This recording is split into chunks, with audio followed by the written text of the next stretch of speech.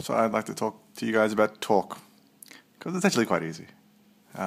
It's just 3 easy steps. Step 1, label forces. You should be pretty good at this from all the other physics you've been doing. Step 2, what was it? Choose fulcrum. Sorry, I'm a little bit distracted because I'm listening to music in one ear. You can try and guess it.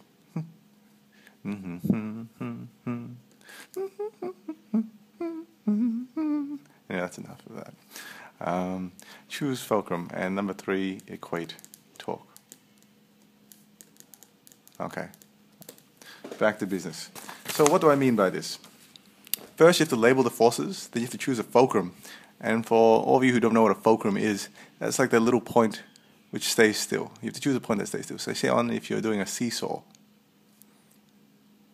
fulcrum is that. Okay, and then finally, you equate the torques. Okay, you just figure out the torque and then you equate them, or you find out what they are. So I'll show you how to do them. So here's my diagram. Here are like 4 different situations where torque is involved.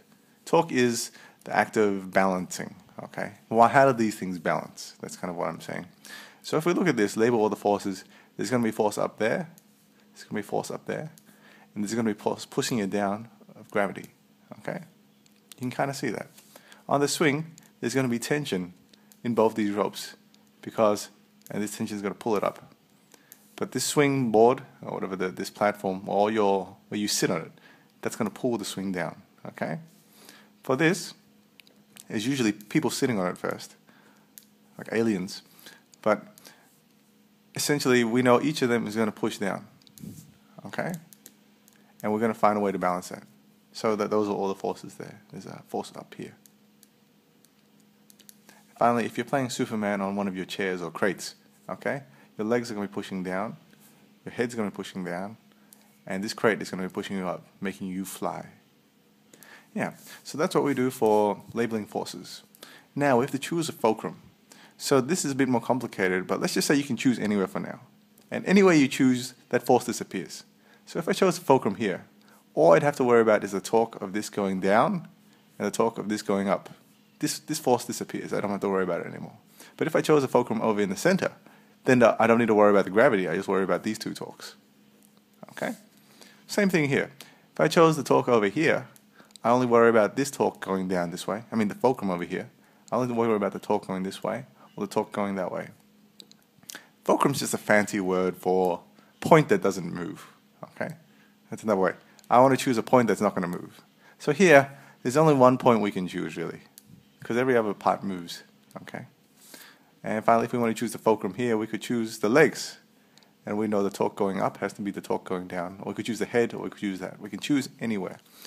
But fulcrum choice is key. It makes questions much easier. Okay, so step 1 done. Oh, step 2 done. We're rolling. And finally, equate forces. So if we chose the fulcrum here, equate torque, we have to figure out the torque. So I like to think of it in 2 directions.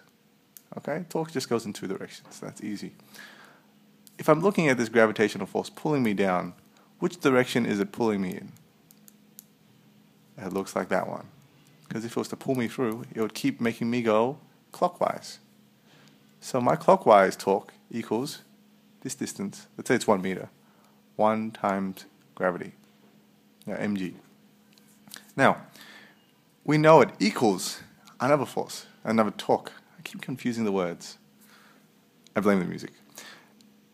The torque equals n times the distance. Like this force going up, n times this distance. Let's call that 2. And which direction is this going? Now this is going this direction.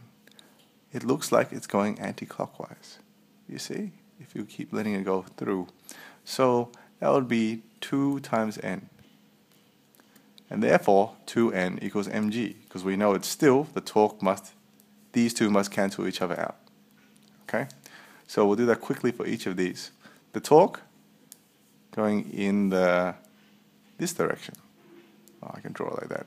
In the anti-clockwise direction is mg times that distance. Let's call it d1. And then the torque going in the clockwise direction is t. mg, T times that distance.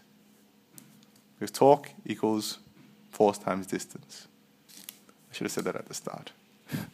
But here we have another situation, and we want to figure out the torques, okay? So the torque going in, let's say this direction, is this guy's gravity, because that's what's happening, okay? And that equals distance times mg, d1 times mg1. And then the torque going in the other direction, this direction, equals d2 times mg2. And then they have to equal each other. And if we're Superman, I'm going to choose the fulcrum at this point. Like, the obvious one is to choose it here, because then we can just equate these. But it doesn't matter. I can choose it here, and it should still work out the same. So now I don't need to worry about this. I only worry about n. So let's call that 1 meter, and let's say you're 2 meters tall. Therefore, n times 1 is our torque going this direction. Our torque going this direction is mg times 2. And they have to equal each other. So, if I weighed, say, 75 kilos, and let's call G 10, and then we'd multiply that by 2, because I'm 2 meters tall, we get 151,500 newtons. So the amount of force this crate has to push up on me if I was playing Superman would be 1,500 newtons. Okay, let's talk. I'll show you an example now.